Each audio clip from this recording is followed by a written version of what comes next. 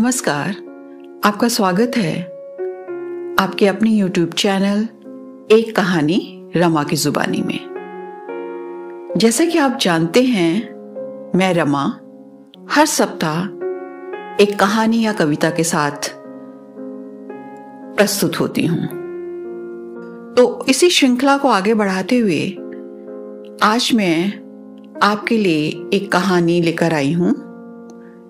कहानी का शीर्षक है एक टोकरी भर मिट्टी।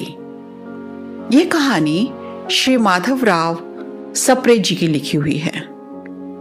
तो सुनते हैं कहानी एक टोकरी भर मिट्टी। किसी श्रीमान जमींदार के महल के पास एक गरीब अनाथ विधवा की झोंपड़ी थी। जमींदार साहब को अपने महल का खाता उस झोंपड़ी तक बढ़ाने की इच्छा हुई। विधवा से बहुतेरा कहा कि अपनी झोंपड़ी हटा ले, पर वह तो कई जमाने से वहीं बसी थी। उसका प्रिय पति और इकलौता पुत्र भी उसी झोंपड़ी में मर गया था। पतोहू भी एक 5 साल की कन्या को छोड़कर चल बसी थी। अब यही उसकी पोती इस वृद्धा काल में एकमात्र आधार थी। जब कभी उसे अपनी पूर्व स्थिति की याद आ जाती तो मारे दुख के फूट फूट कर रोने लगती थी। और जब से उसने अपने श्रीमान पड़ोसी की इच्छा का हाल सुना, तब से वह मृत प्राय हो गई थी। उस झोंपड़ी में उसका मन ऐसा लग गया था कि बिना मरे वहां से वह निकलना ही नहीं चाहती थी। श्रीमान के सब प्रयत्न निष्फल हुए। तब वे अपनी जमींदारी का चाल चलने लगे। बाल की खाल निकालने वाले वकीलों की थैली गरम कर उन्होंने अदालत से झोंपड़ी पर अपना कब्जा कर लिया और विधवा को वहां से निकाल दिया। बेचारी अनाथ होती ही पास पड़ोस में जाकर कहीं जाकर रहने लगी। एक दिन श्रीमान उस झोंपड़ी के आसपास टहल रहे थे और लोगों को काम बतला रहे थे। कितने में वह विधवा हाथ में एक टोकरी लेकर वहां पहुंची। श्रीमान ने उसको देखते ही अपने नौकरों से कहा कि उसे यहां से हटा दो, पर वह गिड़गिड़ाकर बोली कि महाराज, अब तो यह झोंपड़ी तुम्हारी ही हो गई है, मैं उसे लेने नहीं आई हूं। महाराज क्षमा करें, तो एक विनती है। जमींदार साहब के सिर हिलाने पर उसने कहा कि जब से यह झोंपड़ी छूटी है तब से मेरी पोती ने खाना पीना छोड़ दिया है। मैंने बहुत कुछ समझाया, पर वह एक नहीं मानती। यही कहा करती है कि अपने घर चल, वहीं रोटी खाऊंगी।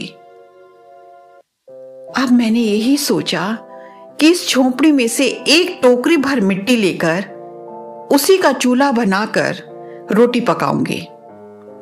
इससे भरोसा है कि वह रोटी खाने लगेगी। महाराज कृपया करके आज्ञा दीजिए तो इस टोकरी में मिट्टी ले जाऊं। श्रीमान ने आज्ञा दे दी। विधवा झोपड़ी के भीतर गई।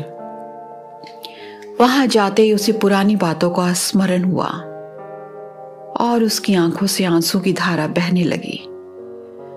अपने आंतरिक दुख को किसी तरह संभाल कर उसने अपनी टोकरी मिट्टी से भर ली और हाथ से उठाकर बाहर ले आई। फिर हाथ जोड़कर श्रीमान से प्रार्थना करने लगी कि महाराज कृपा करके इस टोकरी को जरा हाथ लगवाइए, जिससे कि मैं उसे अपने सिर पर धर लूं।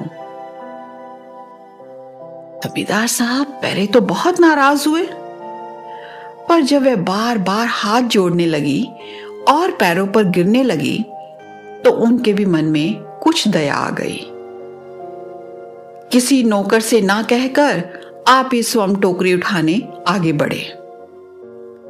ज्यों ही टोकरी को हाथ उठाकर ऊपर उठाने लगे, क्यों ही देखा कि यह काम उनकी शक्ति के बाहर है। फिर तो उन्होंने अपनी सब ताकत लगाकर टोकरी को उठाना चाहा, पर जिस स्थान पर टोकरी रखी थी वहां से वह एक हाथ भर ऊंची ना हुई। वह लज्जित होकर कहने लगे कि नहीं, यह टोकरी हमसे ना उठाई जाएगी। यह सुनकर विधवा ने कहा, महाराज नाराज ना हो, आपसे तो एक टोकरी भर मिट्टी नहीं उठाई जाती, तो उस झोंपड़ी में तो हजारों टोकरियां मिट्टी पड़ी है। उसका भार आप जन्म भर क्यों कर उठा सकेंगे? आप ही इस बात पर विचार कीजिए।